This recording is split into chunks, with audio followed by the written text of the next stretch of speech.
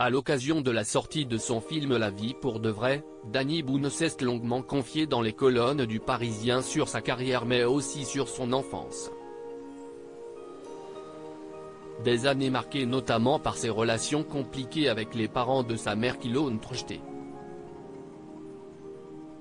En pleine promotion de son nouveau film, La vie pour de vrai, dans lequel il a notamment offert des rôles à son acolyte Kad Merad et à Charlotte Gainsbourg, Danny Boone évoque, au fil de ses interviews, sa vie de famille, mais également son enfance ou encore ses amitiés. Avec Kad Merad, l'acteur et réalisateur de 56 ans forme un binôme inséparable. Pendant le tournage du film, les deux comédiens ont d'ailleurs vécu en colocation, un souvenir qu'a évoqué avec humour Danny Boone récemment, sur le plateau de Télématin. J'ai même eu Kad chez moi. Il est un peu turbulent, rire. Il était super. C'était mignon car je suis dans l'émission qu'il regardait quand on était en tournage. Si est-il drôle. Là je vous vois en 3D.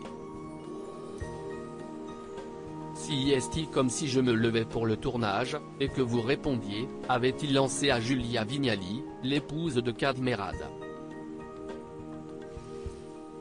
Papa de 5 enfants, Danny Boone a une vie personnelle très remplie, lui qui avait d'ailleurs révélé que le personnage de son film adepte des applications de rencontres lui avait été inspiré par son fils aîné, Mehdi.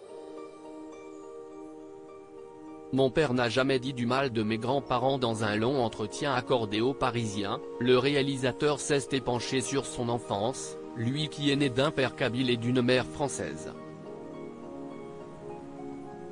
Une double culture dont Danny Boone est très fier, mais qui a beaucoup dérangé ses grands-parents maternels. Les carrières artistiques démarrent toujours d'une faille.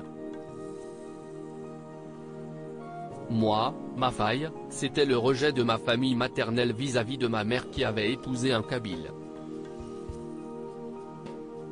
Mon père n'a jamais dit du mal de mes grands-parents, ce que j'ai trouvé très classe. Ils étaient racistes, a-t-il expliqué. Puis de poursuivre, j'ai essayé de comprendre pourquoi ils ne voulaient pas me voir, alors que mon arrière-grand-père, qui avait connu la guerre de 14, et qui était mon idole, et sa femme, étaient si ouverts. Une histoire familiale empreinte de blessures.